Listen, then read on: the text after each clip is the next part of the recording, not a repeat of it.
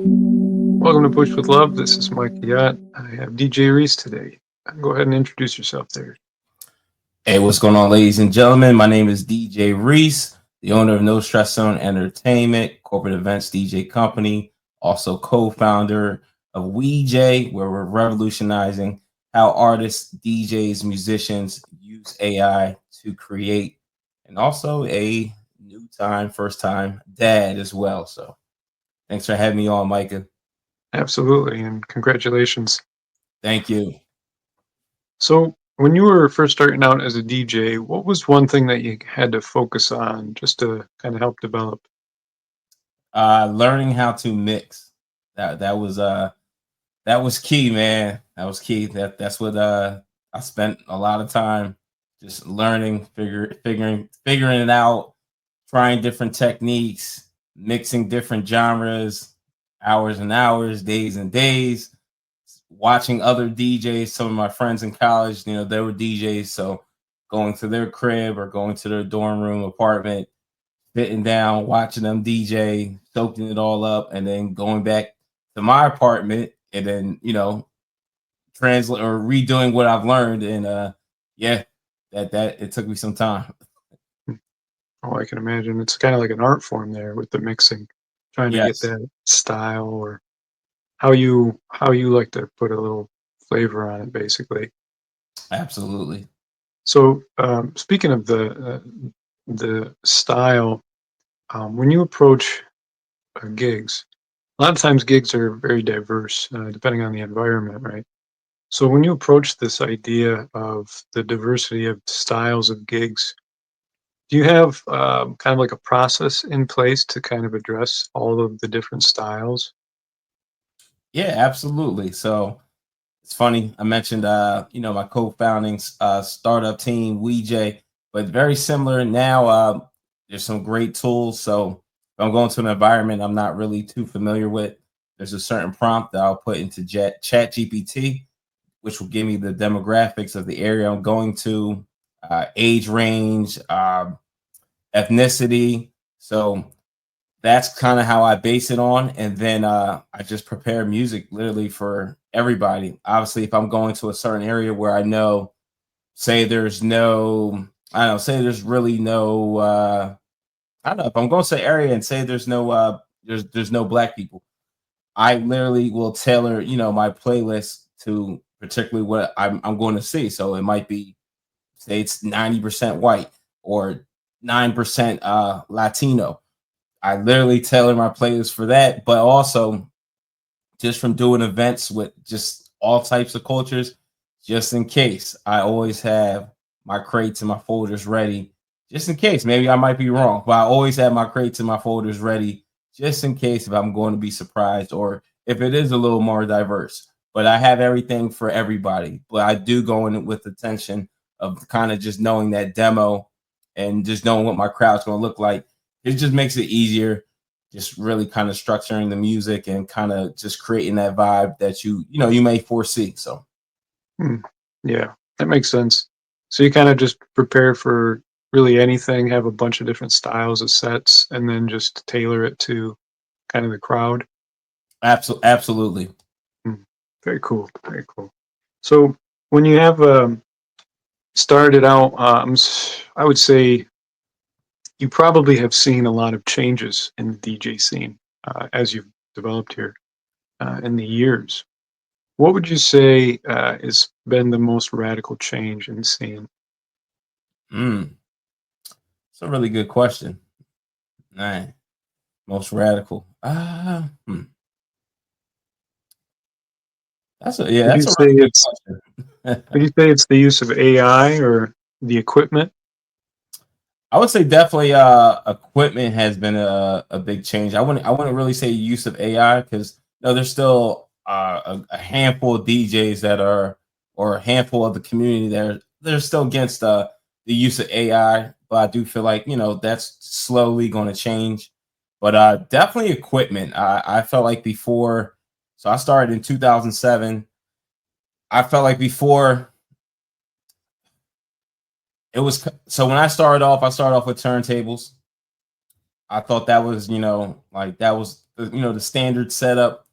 Now it's kind of kind of open. I've seen DJs DJing with the phone, the tablet. Of course, CDJs are around. Still got the turntables, not as frequent, but depends on really kind of depends on the genre of music. So if you're, more than likely if you're in the EDM house environment, you're gonna see CDJs. House, you may still see CDJs, but also vinyl. And then depending on hip hop, you're probably going to see more of a laptop controller style, more digital. So though that has really changed, and then the way other DJs, view other DJs on what they're using, I think that has been the biggest change as far as DJs kind of trying to say they're at this bar and another DJs at that bar because they don't use CDJs or USB sticks, or this DJ is all vinyl, so he might have an issue with other DJs not playing all vinyl, even though it depends on the set. If you're playing, I don't know, maybe even for kids, some of these, you like if you're playing for a 15-year-old, they're probably not listening. Some kids are not listening to music that's 10 or 20 years past, their age. So these other artists didn't make any songs on vinyl. So how else would you play it? MP3, so that's kind of been the argument, unfortunately, with the DJ community in the big change, equipment and DJs judging each other on what type of equipment they're using instead of, hey, can you actually rock the crowd? Can are you doing a good job? Yeah, So yeah, entertaining everyone.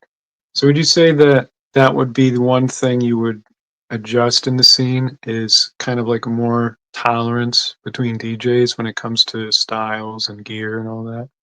oh, absolutely. I think that's actually a very big issue. Like if you were to join any DJ community online, or even just look at certain DJs post, you would see there's going to be some great positivity. There's going to be some love. People are pushing the love, but at the end, you're also going to see a lot of negativity, a lot of hate.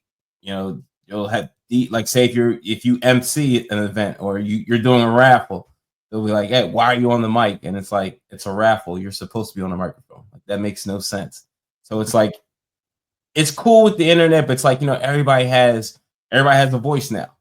But some people don't realize sometimes your voice is not the voice, or it's not important, or you don't need to lend your voice to everything you see at the end of the day. So Yeah, yeah, I can feel that. It's like sometimes having no opinion is the way to go.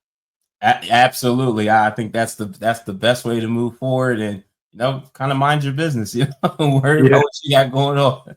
yeah, mind what you got going on. All right. So when when you approach this idea of, I would say, how would you describe that?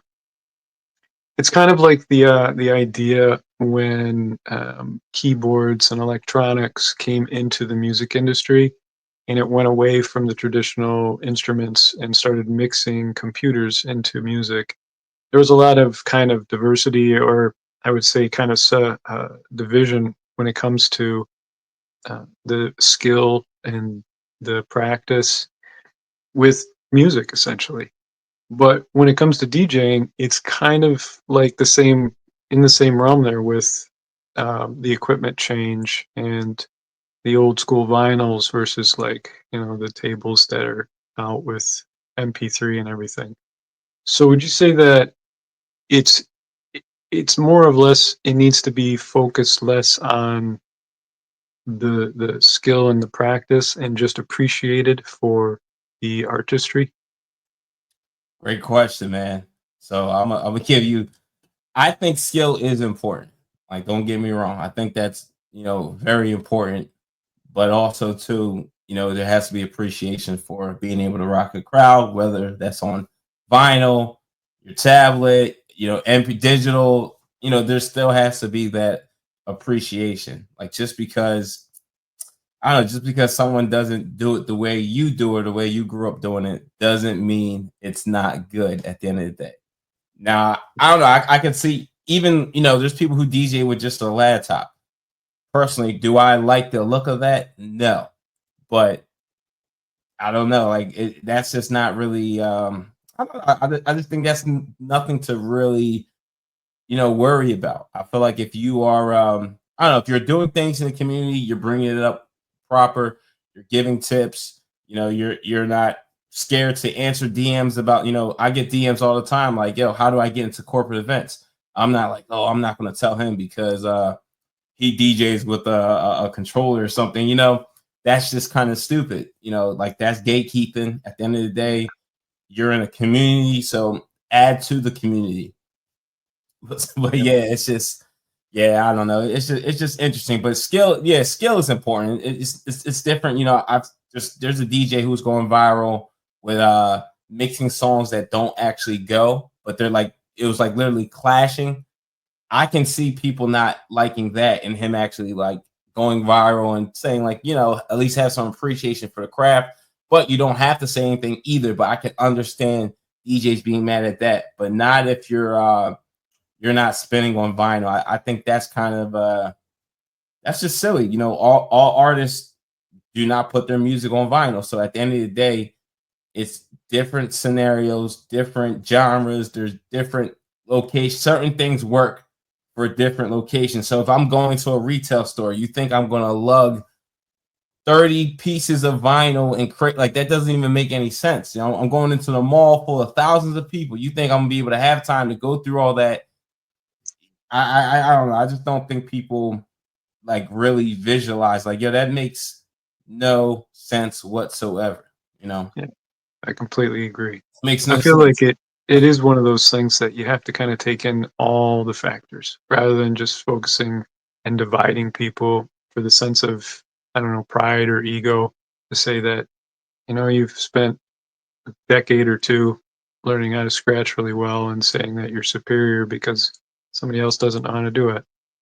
I think it really does come down to that, just appreciating that you are one, you're lifting the community, as you put it, and you're also entertaining people. So you're making people feel good.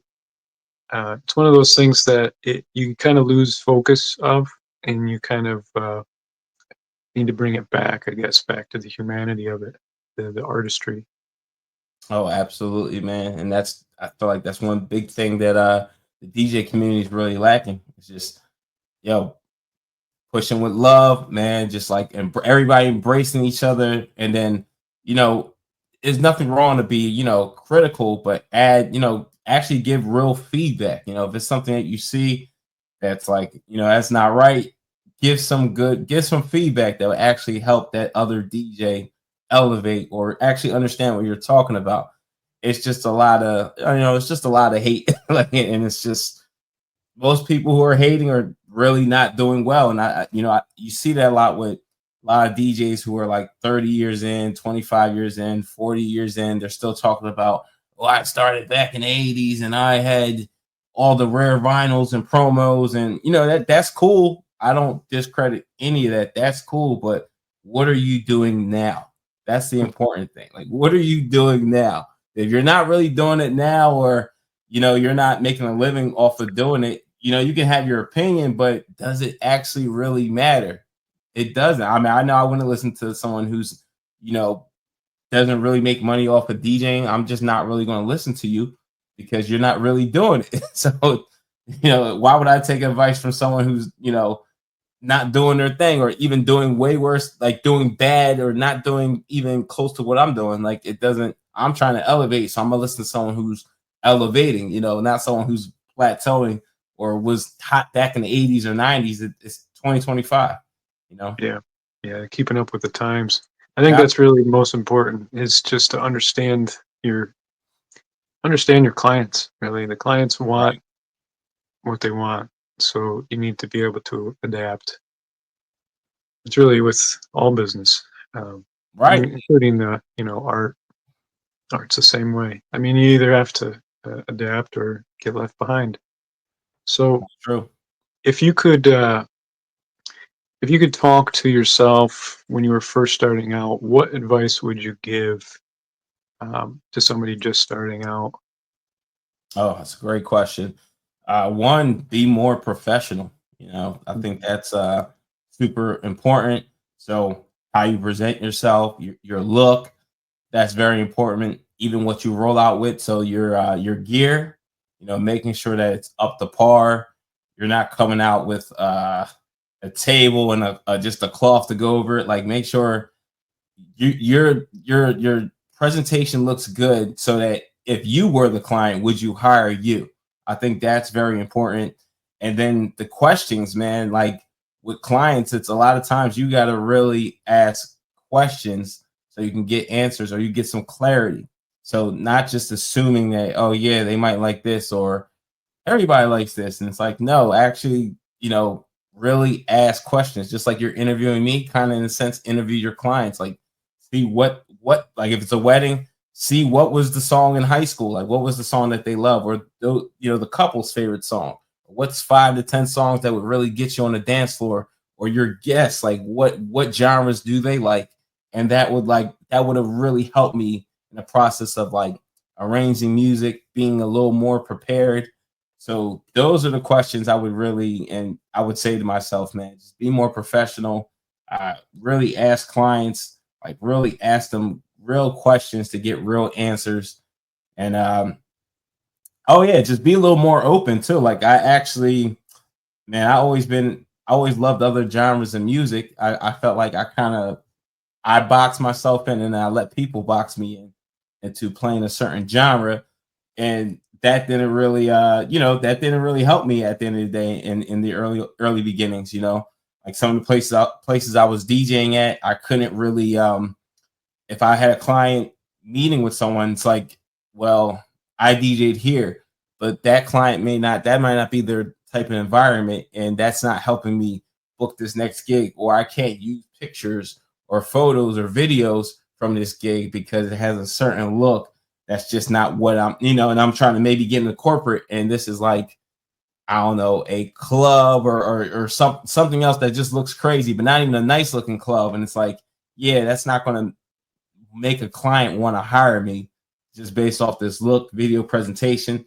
So just being more open to, not being scared to say, hey, I like other music, and really playing other music, and not allowing people to box me in to be one type or certain type of DJ. I think that was also like a big problem even for a while, until I finally was like, I don't care. I'm gonna do what I like. And yeah, and it actually really worked out for me.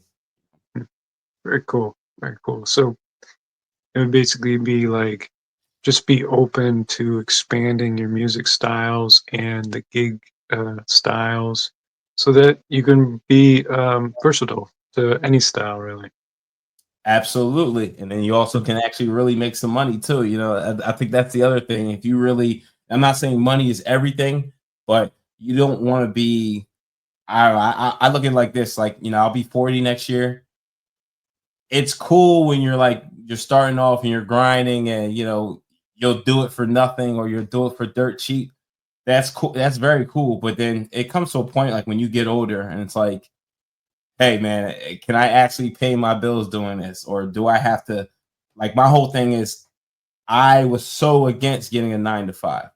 Like, I was so against, like, I worked in corporate, worked in radio, I worked in advertising. I actually worked at a startup back in 2013. I was a school teacher. I mean, I can go on and on, all the types of jobs I've had, and I didn't like any of them. So it's, so it actually would eat me up every day, like when I had to go get dressed up and put the Dockers on and put the dress shirt on and tuck it in. And it really ate me up, because I said to myself, like, man, this is not what I'm supposed to be doing. Like, I don't feel fulfilled. And then it was weird. I don't even know how I got some of these jobs. Like, I don't know. I'm good with interviews, but it's like, I just knew I needed to pay my bills, but it's like, I really didn't want to be here. So it's like, is that the type of life you want to live? Like, this is 8 hours a day, 40 hours a week. This is like literally most of your time.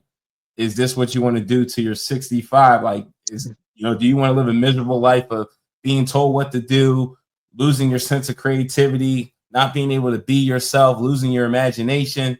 So I had to really like think about it. Like, yo, I need to change things. Like, I don't want to be the starving artist. I actually want to get paid well for what I'm doing, so I can continue to do it and then grow in other areas.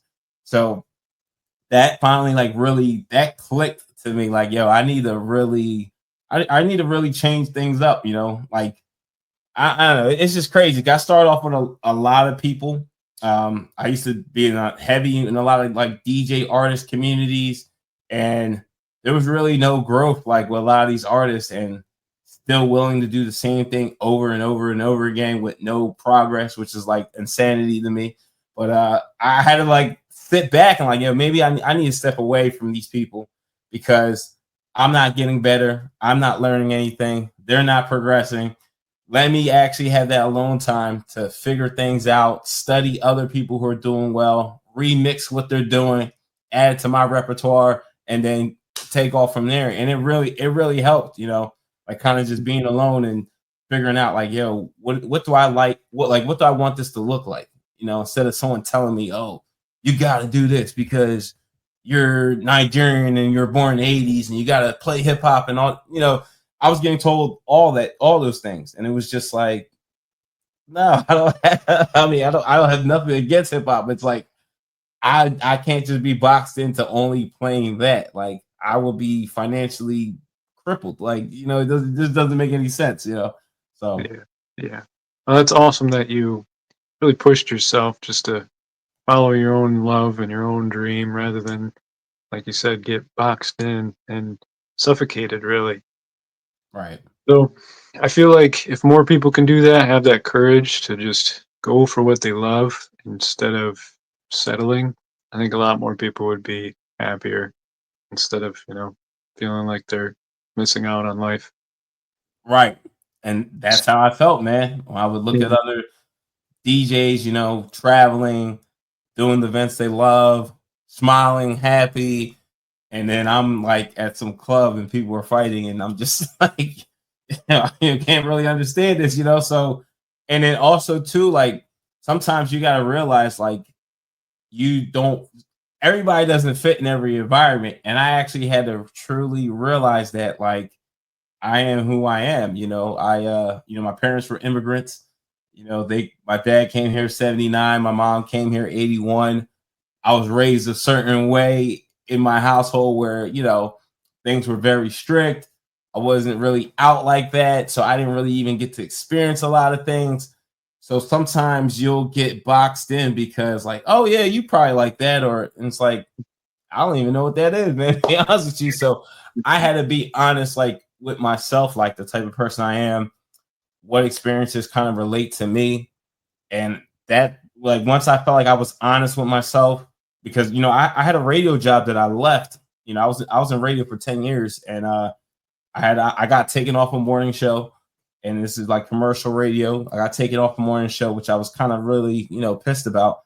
Then they wanted to elevate me to program not director, but like literally program coordinator. So basically I was in charge of like all the on air shows, but basically I lost my show.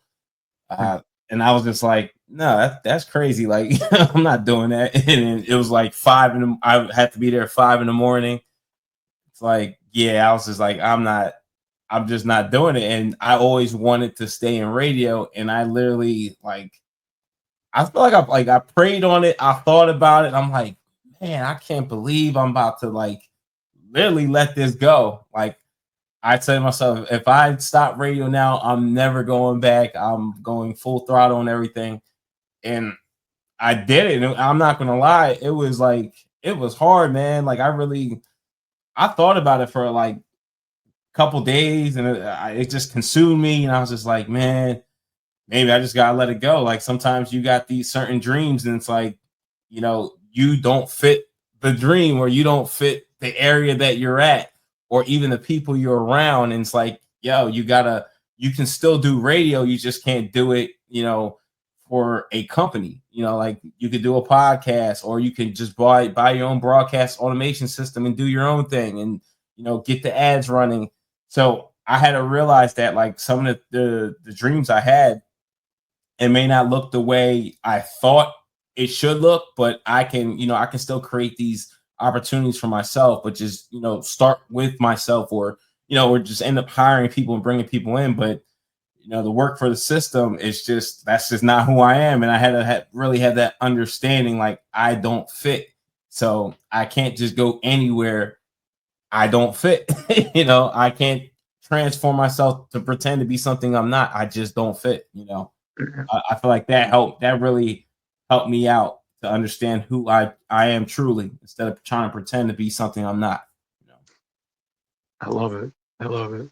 I feel like that's more people need that courage to just be themselves, be authentically who they are instead of settling and adjusting. So Absolutely. tell everybody that's listening one more time how they can find you and book you for your gigs. All right, definitely. So definitely check out my website. That is no stress zone ent.com.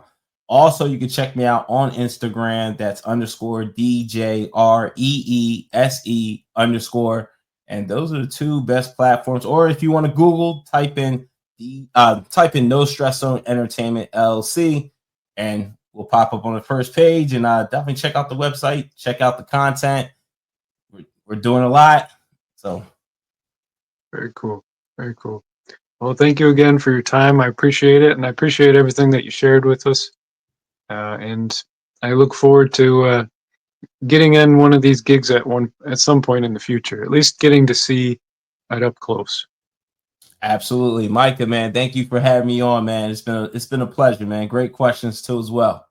Thank you, sir. Thank you, sir. It's been Push with Love. Remember to like and subscribe. Till next time.